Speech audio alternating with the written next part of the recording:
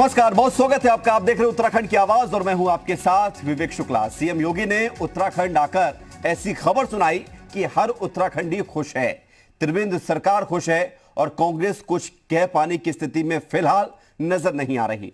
दरअसल सीएम योगी के उत्तराखंड दौरे पर कांग्रेस ने परिसंपत्तियों का मुद्दा उछाला था और पूछा था कि दोनों राज्यों में बीजेपी की सरकार है, केंद्र में भी बीजेपी की सरकार है, तो फिर परिसंपत्तियों का पेच खुलता क्यों नहीं दिख रहा। जिस पर सीएम योगी ने अब जवाब दिया है और उत्तराखंड के साथ ही जो भी मुख्य परिसंपत्ति विवाद थे उनका समाधान किया जा चुका है, ये कहा है। हरिद्वार में अलकनंदा अतिथि गृह उत्तराखंड सरकार को सौंपने का फैसला किया गया है, जिसके बाद हरिद्वार में नए अतिथि गृह का निर्माण किया जा रहा है, जिसका निर्माण दिसंबर तक पूरा हो जाएगा।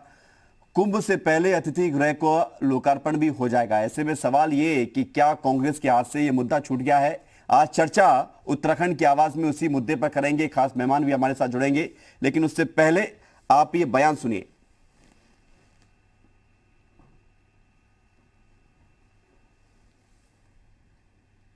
संपत्ति की सारी समस्याओं का समाधान हो चुका है।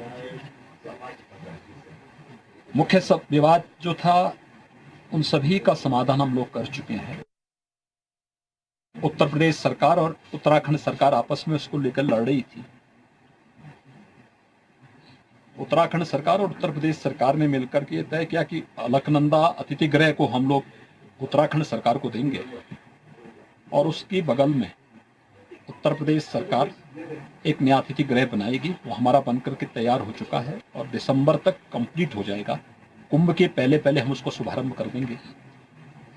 इसके अलावा बद्रीनाथ धाम में भी उत्तर प्रदेश सरकार की तरफ से एक नया पर्यटन आवास गृह श्रद्धालु जनों की सुविधा के लिए बनाया जा रहा है। तब से योगी जी उत्तर प्रदेश के मुख्यमंत्री बने हैं, तब से हमारे कई मामले जो कि उत्तर प्रदेश में लंबित थे वो काफ़ी सॉर्ट आउट हो गए हैं। आपने देखा होगा कि पेंशन वाला मामला है, उसमें हमको हज़ारों करोड़ रुपये मिल चुके हैं। परिसंपत्तियों के मामले में भी काफ़ी मामले हमारे सुलझ गए हैं और कल भी मुख्यमंत्री जी हमारे और योगी जी की बात हुई, मैं भी उस बैठक में था और काफ़ी चीज़ें अब लाइन में हैं कि भाई बहुत जल्दी उनका भी निस्तारण हो जाएगा। और दो खास मेहमान हमारे साथ जुड़ रहे हैं चर्चा में शामिल होने के लिए। विंदेश गुप्ता भारतीय जनता पार्टी से हमारे साथ जुड़ रहे हैं और राकेश चमोली जी कांग्रेस से हमारे साथ जुड़ रहे हैं। राजेश जी हैं, स्वागत आप दोनों का जी उत्तर प्रदेश उत्तराखंड में। विंदेश गुप्ता जी, शुरुआत आपसे है। परिसंपत्तियों का विवाद खत्म हो गया है, ये उत्तर प्रदेश के मुख्यमंत्री मीडिया को जानकारी दे रहे हैं, लेकिन उत्तराखंड की तरफ से जानकारी अब तक सामने नहीं आई थी। आप बताइए कि क्या पूरी तरह से परिसंपत्ति विवाद खत्म हो चुका है? लगभग सारे विवाद जो है उनका निस्तारण बहुत सौहार्दपूर्ण वातावरण में दोनों प्रदेश की सरकारों ने मिलकर के, उनके जिम्मेदार अधिकारियों ने मिलकर के निपटा ली है। सारे के सारे परिवहन विभाग का विवाद है वो निपट गया, सिंचाई विभाग का निपट गया, जो देनदारी थी, सिंचाई विभाग की जो जमीनों का मामला है वो उसका भी निस्तारण हो गया। अभी अलकनंदा होटल वाली बात का निस्तारण स्वयं मुख्यमंत्री मान्यवर आदित्यनाथ योगी जी ने बताया था। पेंशन विवाद जो था, पेंशन का पैसा था, वो सब हमको मिल गया है। विद्युत विभाग का जो हमको देना था वो निस्तारण हो गया है। खाद्य विभाग का जो पैसा हमारी तरफ से जाना था उसका निस्तारण हो गया है। तो कुल मिलाकर के वन निगम, वन विभाग के जितने भी जो देनदारी है उनका निस्तारण हो गया है। तो लगभग जो विवाद 20 साल मतलब 17-18 साल से पेंडिंग थे, वो सभी विवाद बहुत सौहार्दपूर्ण तरीके से पिछले साल, 1.5 साल, 2 साल के अंदर उनका निस्तारण पूरी तरीके से हो गया। तो विंदेश गुप्ता जी, कुछ चीजें जी अगर निस्तारण हो गया है, पिछले 18-20 साल से जो विवाद चला आ रहा था, ये तो कल तक कांग्रेस मानकर चल रही थी कि विवाद अभी तक है और कल कांग्रेस ने मांग भी की थी कि जब तीनों जगह बीजेपी की सरकार है तो परिसंपत्तियों का विवाद खत्म हो जाए। तो आज ये विवाद खत्म हुआ, ये जानकारी आज सामने आ रही है उत्तर प्रदेश के सीएम के द्वारा। कल तक सामने ये जानकारी क्यों नहीं थी? नहीं, ये जानकारी जो है ये पहले से पब्लिक डोमेन में है। कांग्रेस के साथी उसको देखना नहीं चाहते, उस पर आंख मूंद करके बैठे हुए हैं। 10 साल शासन में ये भी रहे उत्तराखंड में, इन्होंने संपत्तियों के विवाद को निपटाने के लिए एक कदम आगे नहीं बढ़ाया। और आज जब कोई विवाद है ही नहीं तो इस प्रकार के मुद्दों को उछाल करके ये कोई मुद्दा ही नहीं है। बल्कि इनको तो दोनों सरकारों को, उत्तर प्रदेश की उत्तराखंड की सरकारों का आभारी होना चाहिए कि ये विवाद सौहार्दपूर्ण तरीके से बिना किसी झाल झमेले के निपटा दिए जा चुके हैं। नहीं, अब आप सरकार भी आप ही की तीनों जगह, अभी भी झाल झमेले की उम्मीद थी क्या आपको?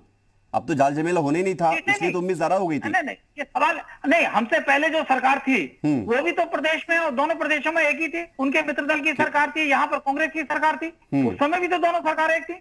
और ये बताएं कि कभी केंद्र ने किसी भी मुद्दे को निपटाने में विवाद तो आपको उत्तर प्रदेश से सुलझाना था ना। उत्तर प्रदेश में तो आपकी कांग्रेस की सरकार तो जाने कब से नहीं है। खैर, मैं आ रहा हूं आपके पास। नहीं, लेकिन उससे पहले जनता उसके समाजवादी पार्टी की सरकार थी, वो भी उनकी मित्र दल की सरकार थी ना, कांग्रेस के लोगों की। मित्र तो अब बन गए ना, जब आप सरकार बना रहे हैं हर जगह। पहले मित्र कहाँ थे? हाँ, तो जब सरकार, नहीं, मित्र तो पहले भी थे, जिस समय उत्तर प्रदेश में समाजवादी पार्टी की सरकार थी, उस समय कांग्रेस का, उस समय भी उनका साथी थे। ठीक है, मैं लौट रहा हूं आपके पास। राजेश जी, आपकी प्रतिक्रिया, परिसंपत्ति विवाद जो चला रहा था और तकरीबन 2 दशक हो गए थे और अब विवाद खत्म हो गया है। एक उत्तराखंड के निवासी होने के नाते कैसा लग रहा है आपको? और कांग्रेस से आप जुड़े हुए हैं तो कैसा लग रहा है आपको? देखिए, पहले तो मैं क्लियर करना चाहता हूँ, ये सिर्फ झूठ की सरकार है। पिछले 3.5 साल में राज्य में, उत्तराखंड में भाजपा की सरकार है और यूपी में भाजपा की सरकार है। ये सिर्फ झूठ के साथ देश के प्रधानमंत्री ने कहा था कि मैं सालाना 2 करोड़ युवाओं को रोजगार दूंगा, ये उसी प्रकार का एक झूठ है। आप देखिए, आपके सामने सच्चाई है कि अभी भी मुख्यमंत्री ये कितनी चीजें बयान दे चुके हैं, कितनी बार बयान देते हैं, हर चीज को बयान देते हैं, कब चेंज करते हैं। लेकिन राज्य में आप जानते हैं कि जो परिवहन का जो मेन मुद्दा था हमारे राज्य का, वर्ष 2003 और 2004 में परिवहन निगम जब बना, तब से ये परिसंपत्ति का चला आ रहा है। अब आप देख लिए 4 जगह हमारे जो वो थे, कानपुर हो गया, लखनऊ, दिल्ली, और वहां पे एक एलएन फॉरेस्ट कार्यशाला है कानपुर में। इन 4 जगहों पे हमारी हिस्सेदारी होनी थी। साथ ही साथ 700 करोड़ का हमारा ये बकाया था कि हमारे राज्य में 700 करोड़ देंगे हमें। और इसी प्रकार एक नहीं, मैं आपको बता रहा हूँ, उत्तर प्रदेश आवास विकास परिषद का मामला है। उत्तर प्रदेश रिवॉल्विंग फंड में उत्तराखंड को 13 करोड़ रुपए दिए जाने हैं। उत्तर प्रदेश औद्योगिक विकास का मामला है। इसी प्रकार तराई बीज एवं तराई विकास परिषद का मामला है। अनुसूचित जाति जनजाति के उसमें भी हमें 15 से 20 करोड़ रुपए मिले हैं। ये सिर्फ झूठ बोलने में माहिर है। मैं आज भी आप, वो तो कह रहे हैं कि सारे पैसे मिल चुके हैं, सारा समझौता हो गया है। देखिए, मैंने कहा ना, अगर पैसे बिंदेश जी आ रहा हूं, आपकी बारी बोलिएगा। बिंदेश जी अपनी बारी बोलिएगा। जी कह रहे हैं पिछले 1.5-2 साल में पब्लिक डोमेन में बना है। अगर पब्लिक डोमेन में बना होता तो ये तो पूरे प्रदेश में ऐसे घूमते कि हमने क्या कर दिया। ये सिर्फ झूठ बोलने माहिर है। मैं अभी भी बता रहा हूँ, आप देखिए, जिस राज्य का मुख्यमंत्री कह रहे हो कि मैंने 7.5 लाख युवाओं को रोजगार दे दिया और साथ में बेरोजगारी दर 23% देश में सबसे पहले सबसे टॉप पे बेरोजगारी दर है। इन लोगों को विश्वास किस आधार पर किया जा सकता है? इन लोगों की सच और झूठ में कोई विश्वास नहीं है। हम ये निश्चित रूप से कर सकते हैं, ये सिर्फ जनता को ठगने का काम कर रहे हैं। हाँ, वो दर्शन करने आए हैं, बाबा केदारनाथ के दर्शन करने आए हैं योगी जी, हम इसका स्वागत करते हैं। उत्तराखंड प्रदेश कांग्रेस कमेटी की तरफ से मैं उनका भी स्वागत करता हूं कि हमारे यहाँ 4 धाम यात्रा पे जो बाबा केदार का आज कपाट बंद है, वहां जा रहे हैं, कल बद्रीनाथ जाएंगे, इसका स्वागत है। लेकिन वहां से भी बाबा केदार की भूमि से भी झूठ बोलना और बद्रीनाथ जी के धाम से आप झूठ बोल रहे हो कि हमने सारी परिसंपत्तियों का बंटवारा कर दिया, ये सिर्फ और सिर्फ झूठ है। तो राजेश जी, लिखित रूप से अगर आपको झूठ लग रहा है तो आप आरटीआई लगाइए, जानकारी लीजिए कि वो परिसंपत्ति किस राज्य में, किस सरकार के अधीन है। देखिए, आज मुख्यमंत्री जी ने कहा है, निश्चित रूप से हम जानकारी लेंगे। हम तो सरकार से भी कहेंगे, भाई आप एक श्वेत पत्र जारी करें, सरकार बताए कि अगर हमारे परिसंपत्तियों का पूरा बंटवारा यूपी और उत्तराखंड का हो चुका है तो हम इस बात का स्वागत करेंगे। लेकिन मैं बता रहा हूँ, सिर्फ झूठ बोलने में राज्य के मुख्यमंत्री जी ने, राज्य में पलायन हमारे चरम पे है, बेरोजगारी हमारी चरम पे है, शिक्षा का बुरा हाल है, स्वास्थ्य का बुरा हाल है, ये सिर्फ झूठ बोलने में आए हैं। ये कह रहे हैं कि हमने 7.5 लाख युवाओं को रोजगार दिया। ये बताएं गुप्ता जी कि हाँ, हमने 7.5 लाख युवाओं को रोजगार दिया। ठीक है, अब रोजगार पर डिबेट कर लेंगे और लगातार डिबेट हम करते भी हैं। आज परिसंपत्तियों पर तो इस पर हम केंद्रित रहेंगे। आप कह रहे हैं कि बीजेपी झूठ बोल रही है। बिंदेश गुप्ता जी, क्या बीजेपी झूठ बोल रही है? सरकारें झूठ बोल रही है, मुख्यमंत्री झूठ बोल रहे हैं? नहीं, ये तो कांग्रेस का झूठ खुद उन्होंने उजागर कर दिया। आज तक उनको जानकारी कुछ भी नहीं है। अब कह रहे हैं कि अब ये जब मुख्यमंत्री आदित्यनाथ योगी जी ने कहा है तो हम आरटीआई लगाकर अब इसकी जानकारी लेंगे। यानी अभी तक इनको कोई जानकारी नहीं। अभी तक तो आपने भी नहीं कहा ना। एक मिनट राजेश जी, एक मिनट। अभी तक तो बिंदेश गुप्ता जी आपकी तरफ से भी तो नहीं कहा गया, सरकार की तरफ से, कि हमारा यूपी से कोई विवाद नहीं है। कभी कहा तो बताइए। नहीं, मैं बता तो रहा हूँ कि माननीय मुख्यमंत्री द्वारा, हमारे माननीय त्रिवेंद्र सिंह रावत जी द्वारा, जिस समय उत्तर प्रदेश में हमारे और उत्तर प्रदेश के अधिकारियों को बैठक हुई थी और विवादों का निस्तारण हुआ था, तो एक विस्तृत उन्होंने एक वो जानकारी अपने प्रेस वक्तव्य के माध्यम से जारी की थी जो मेरे सामने रखी हुई है। क्या लिखा है इसलिए मैं ये उसमें? कह रहा हूं कि जो मेरे क्या लिखा है उसमें? ऐसा है, मैंने जैसे बताया, मैं यही बता रहा हूं, जो विवाद जिनको जो इस समय कुछ विवाद ऐसे हैं, ये कांग्रेस के साथियों को जानकारी नहीं, मैं उन्हें खुद अपनी तरफ से जानकारी दे रहा हूं। सुन तो लीजिए राजेश जी, अब आप आरोप भी लगा रहे हैं, झूठ बोल रहे हैं, अब वो सच बता रहे हैं तो आप सुन भी नहीं रहे हो। सुन लीजिए राजेश जी। इनके प्रधानमंत्री ये कह रहा हूं, मनेरी भाली परियोजना में उत्तर प्रदेश के मतलब संयुक्त उत्तर प्रदेश में बनी थी, उसमें बैंक लोन का जो मामला है वो माननीय सुप्रीम कोर्ट के समक्ष विचाराधीन है। वो सुप्रीम कोर्ट के दिशा निर्देशों से तय होगा। इसमें कहीं से कहीं तक इसमें कोई दिक्कत इसमें नहीं है।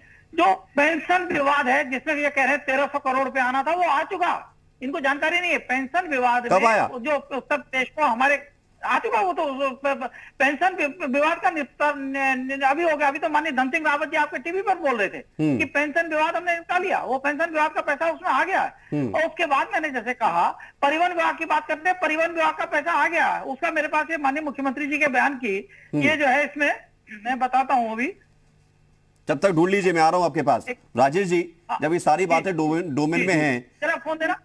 बिल्कुल, आप ढूंढ लीजिए, मैं आ रहा हूं आपके पास 2 मिनट में। राजेश जी, सवाल ये है कि जब बीजेपी ये कह रही है कि सब कुछ निपटारा हो गया है, पैसा जो आना था आ चुका है, जो हमको देना था हमने दे दिया है, और मामला लगभग पूरा खत्म हो चुका है, तो कांग्रेस को विश्वास करने के लिए क्या सत्ता में आना पड़ेगा, तब विश्वास होगा? नहीं, देखिए मैं ये क्लियर करना चाहता हूँ। देखिए, बीजेपी मैंने बता नहीं कि झूठ बोलने की मशीन है। इनके प्रधानमंत्री जो हो चाहे राज्य के मुख्यमंत्री जो लगातार झूठ बोलने में, इन्होंने कहा था 6 दिन आगे क्या? इन्होंने कहा था उत्तराखंड देश में सिलेंडर हमारा जो 400 झूठ बोलने की बात, अगर वादों की बात की जाए मैं बता तो अब कांग्रेस के भी निकाल दूंगा मैं। आप बीजेपी करते रहिए, जनता इसी में उलझी रहे। इनसे पूछे 700 करोड़ मिल गए क्या राज्य को? इनसे तो कह तो रहे मिल गए, अभी फिर कह रहा हूँ कि कह तो रहे मिल गए। अरे इनके कहने से थोड़ी सर ये बताए ना, इनके मुख्यमंत्री जी कहने 7.5 लाख युवाओं को रोजगार मिल गया देश में, हम 23% में, इसी बात में तो कह रहा हूँ कि इनकी ये जो कह रहे हैं। अब आप रोजगार और परिसंपत्ति को कहां से कनेक्ट कर रहे हैं? वो एक मसला दूसरा है, ये मसला दूसरा है। मसला नहीं, देखिए आप फिर वही बात, आप फिर सर देखिए, आप ये कह रहे हैं हमने कह दिया तो उस बात को मान लें। हमने आरटीआई डाली, मैं आपको बता रहा हूँ, रघुनाथ सिंह नेगी जी ने उत्तराखंड में आरटीआई डाली कि राज्य में कितने लोग युवाओं को रोजगार मिला। पूरे राज्य में 3.5 साल में 6,500 लोगों को रोजगार दिया, और मुख्यमंत्री जी पूरे उत्तराखंड में पोस्टर लगाया कि हमने 7.5 लाख युवाओं को रोजगार दिया। इनकी बात किस बात पर आधार पर मान लें हम सच? नहीं, तो सरकार तो रोजगार को, आप रोजगार को सरकारी नौकरी मानते हैं, सरकार रोजगार को रोजगार मानती है, वो नौकरी नहीं मानती है, ये तो आपको ही पता है ना। ये मैं अच्छा ही बात है आपके सामने। अभी जब एनएसएस का डाटा आया 2020 में, जो 19 में पहले आया, उसके बाद 2020 में आया, वो कह रहा है कि 23.5% उत्तराखंड की बेरोजगारी दर पहुंच गई, टॉप पे पहुंच गए हम। कि मान लें ये करें कि हमने 7.5 लाख युवाओं को रोजगार दिया, ये सिर्फ झूठ बोलने माहिर है। अब उत्तराखंड घूमने आए थे केवल, अब मीडिया ने इनसे सवाल पूछा, इन्होंने कहा जी सब कुछ बढ़िया हो गया। ये कह रहे बहुत अच्छे दिन आ गए, पूरे देश के अच्छे दिन है। राज्य में मैं बार बार ये कह रहा हूँ, शिक्षा का बुरा हाल है, स्वास्थ्य का बुरा हाल। मुख्यमंत्री बोले ना, मुख्यमंत्री प्रेस नोट जारी करें कि इस परिसंपत्तियों का निपटारा पूर्ण रूप से हो चुका है। यूपी ने जो हमारा बकाया था, तो ये बातें आप रखिए ना, लेकिन खाली ये बात आप रखिए। वर्बली मीडिया के सामने देश के प्रधानमंत्री हजारों झूठ बोलते हैं दिन में, कैसे इनकी बात? भाई कहां आप प्रधानमंत्री को लेकर आ रहे हैं? आपकी बात मैं मानता हूं, आपकी बात मैं मानता हूं कि अगर परिसंपत्तियों का विवाद खत्म हो गया है तो मीडिया के सामने आइए, तथ्य रखिए और मामला खत्म करिए, ताकि विपक्ष भी विश्वास में आए। बिंदेश गुप्ता जी कुछ लेकर आए क्या आप? जी बताइए। माननीय त्रिवेंद्र सिंह रावत जी हमारे मुख्यमंत्री जी की ये प्रेस रिलीज है, इसके हिसाब से मैं बता रहा हूं कि जो निर्णय तारीख भी बता दीजिए ताकि कांग्रेसियों को विश्वास हो जाए। हाँ, नहीं, उत्तराखंड की ओर से 160 करोड़ रुपए बिजली के बिल का भुगतान हमने किया है उनको, और उन्होंने यूपी सिंचाई चैनल को ये हमने हाँ तो भाई इनका बन रहा होगा तो कर दिया होगा। राजेश जी, विवाद तो ऐसे ही बनता है ना, एक लेता एक देता है। अरे सुन तो लीजिए राजेश जी, अब आप राजेश जी वो बता रहे हैं तो सुन भी नहीं रहे हैं आप, फिर आप कहोगे कि वो झूठ बोलते हैं। सर हम सुन लीजिए, हम सही बता रहे हैं कि वो कह रहे क्या हमने उनको दे दिया। अरे तो उनका बन रहा होगा ना, आपको पता होगा। लौट रहा हूँ मैं आपके पास। राजेश जी एक बार सुन लीजिए राजेश जी, उसके बाद आरोप लगाइए, फिर आप कहेंगे झूठ बोल रहे हैं। बिंदेश जी, इरिगेशन ट्रिब्यूनल को 3.98 करोड़ रुपए उत्तराखंड के फिशरीज को दिया जाएगा, ये तय हो गया, ये मिल गया हमको। इसी तरह से यूपी वन निगम द्वारा उत्तराखंड वन निगम को पहले चरण में 99 करोड़ रुपए देने पर सहमति बन गई। शेष धनराशि आयकर की देयता में कटौती कर अगले चरण में। बिंदेश जी थोड़ा सा पीछे बैठ जाइए, आपकी तस्वीर आदि आ रही है। जी बिल्कुल, अब यहां से पढ़िए। जी, तो 99 करोड़ रुपए की बात मैंने बताई। ये आयकर की कटौती के बाद ही बाकी पैसा हमको वो परिवहन वाली बात तो बता दीजिए जी। परिवहन का जो विवाद है, जो मुख्य विवाद माना जाता है, परिवहन ये इसी बार उत्तर प्रदेश परिवहन निगम द्वारा उत्तराखंड परिवहन निगम को 8.27 करोड़ रुपए देने पर सहमति बन गई है। बैठक में यह तय हुआ कि यूपी ऊर्जा अब आपके सामने सच्चाई है, 700 करोड़ का बकाया था, ये 8 करोड़ लेके बैठ के चुप हो गए, कह रहे हमने सब निपटारा कर दिया। अरे भैया उसकी बात, एक मिनट रुकिए बिंदेश जी सामने देखिए, बिंदेश जी सामने देखिए, टीवी मत देखिए, बिंदेश जी फ्रेम खराब कर रहे हैं आप।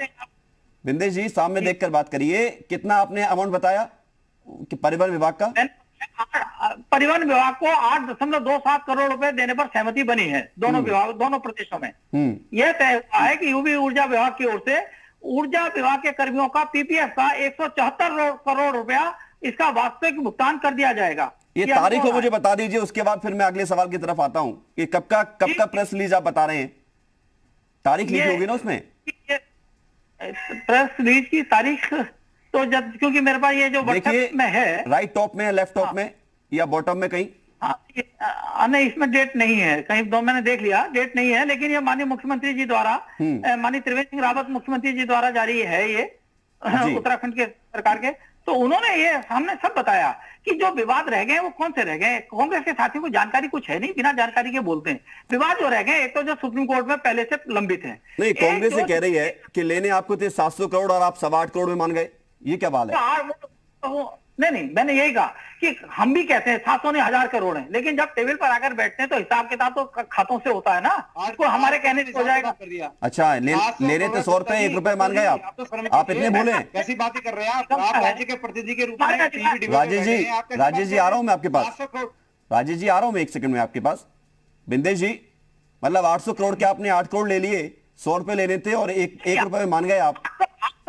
800 करोड़ रुपए टोटल जो हमने था, हमको हम क्लेम कर रहे थे हमारा है, जिसमें पेंशन का पैसा भी था, जिसमें बाकी विभागों का पैसा था। कुछ विभागों का आंकलन अभी शेष रह गए हैं, कुछ आंशिक भुगतान हमको हुआ है, लेकिन ये प्रतियों का जो वास्तव में बंटवारा था, सिंचाई विभाग की जो जमीन थी उत्तर प्रदेश में, उसमें 25% जमीन हमारे हमको प्राप्त होगी। उत्तर प्रदेश की सिंचाई, हमारी सिंचाई विभाग की जमीन जो थी, ये सब सारे। ठीक है राजेश जी, ये सारी बातें अब आपके सामने, इसलिए आपको एक बात कर दूं, कंप्लीट कर लीजिए जी। दो प्रकार के जो विवाद हैं, एक तो जो सुप्रीम कोर्ट में लंबित है, दो राज्य सरकारों के बीच में कोई विवाद अगर होता है तो सुप्रीम कोर्ट को इसको सुनवाई का क्षेत्राधिकार है, वो वहां से सुप्रीम कोर्ट के दिशा निर्देशों के अनुसार से तय हो जाएंगे। एक वो विवाद है जिसमें दोनों राज्य सरकारों में मतभेद है, किंतु केंद्र सरकार के हस्तक्षेप से वो विवाद तय होने, हमने वो विवाद केंद्र सरकार को रेफर कर दिए।